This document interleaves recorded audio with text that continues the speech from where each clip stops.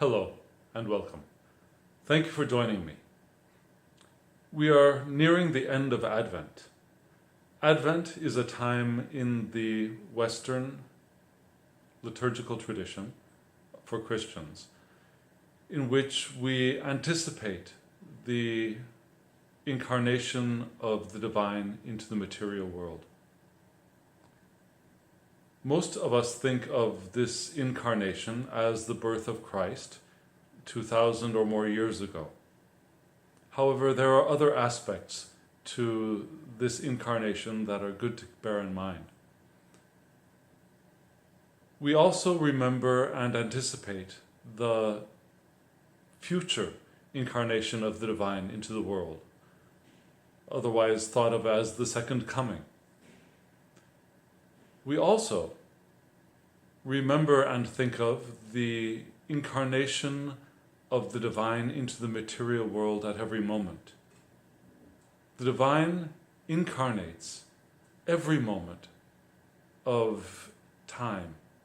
And in this sense, Advent is considered a time out of time because it includes an anticipation of the past, the present, and the future.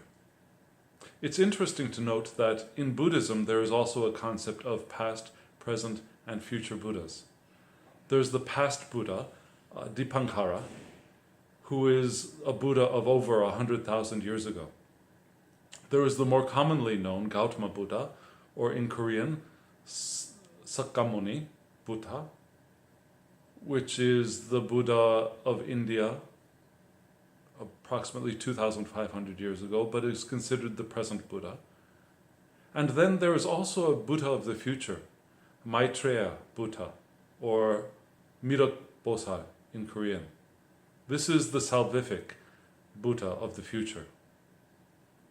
So we can see that there are concepts of present, past, future divinity expressing itself in the world, in many religions.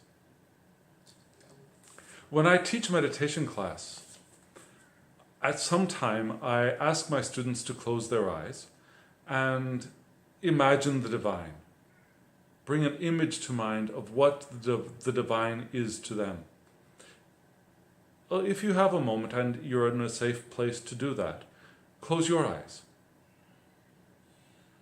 What does the divine mean to you? What do you see when you think of the divine? When you think of Allah or Brahman or Gaia or Great Spirit or God, Jehovah, Kane, Mother Goddess, Yahweh, whatever name you give to the divine. What image comes to mind? You may open your eyes. When I asked my students this question the first time, I was very surprised. I had been expecting to disavow them of the image of an old white man with a beard in the sky. However, I was almost shocked to find that they had no image of the divine. When they closed their eyes, they saw nothing. But then, after further consideration, I thought they might be in a better place than some of us who have an image. Because our images, however beautiful, however meaningful for us, are not the truth. They help us to grasp an aspect of the divine, but our images cannot be the divine. I have developed a meditation practice in which I give attention to the divine within myself. I've selected 4 qualities or 4 states of the divine. Of course, those 4 states, however important to me, cannot encompass the entirety of the divine. But for me, they contain, if not all, at least most of the concepts, the qualities we associate with the divine.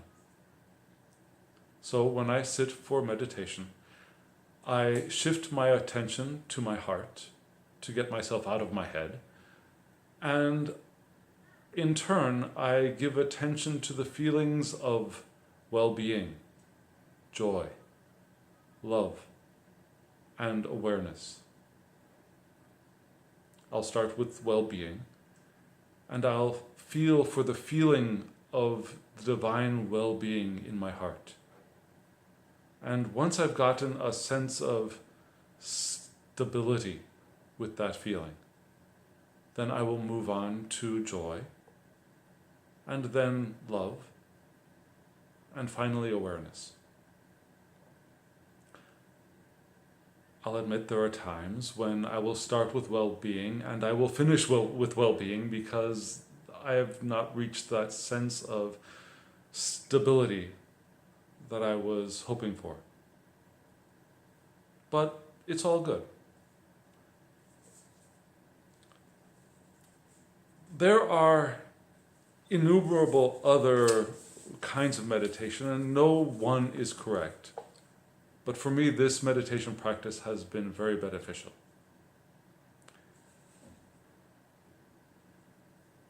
In this season of Advent, what I would like to suggest or offer to you is to spend this time feeling for the incarnation of the divine within yourself. However you want to express that, the divine is incarnating in you at every moment. And this is a wonderful time to feel for that. And then also feel for and look for the divine incarnating in those who you are encountering, in family, friends, loved ones, in the people we interact with on the street, in shops, at work, and also with those people who are not quite as lovable as we hoped, people we don't agree with, people who we sometimes feel uncomfortable with. The divine is expressing in them as well. We can feel for and look for that expression now, and through the holiday season and beyond. And so, for now, I wish you a Merry Christmas, a Happy Hanukkah, a joyous Kwanzaa, a Happy New Year, and a Happy Lunar New Year. And the divine within me bows to the divine within you. Thank you.